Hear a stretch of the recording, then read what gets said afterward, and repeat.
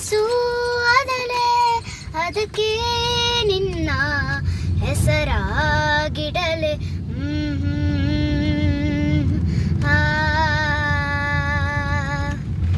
ನನ್ನ ಸಾಂಗು ಇಷ್ಟ ಆಗಿದ್ರೆ ಲೈಕ್, ಶೇರ್, ಸಬ್ಸ್ಕ್ರೈಬ್ ಮತ್ತು ಕಾಮೆಂಟ್ ಮಾಡಿ. Thank you.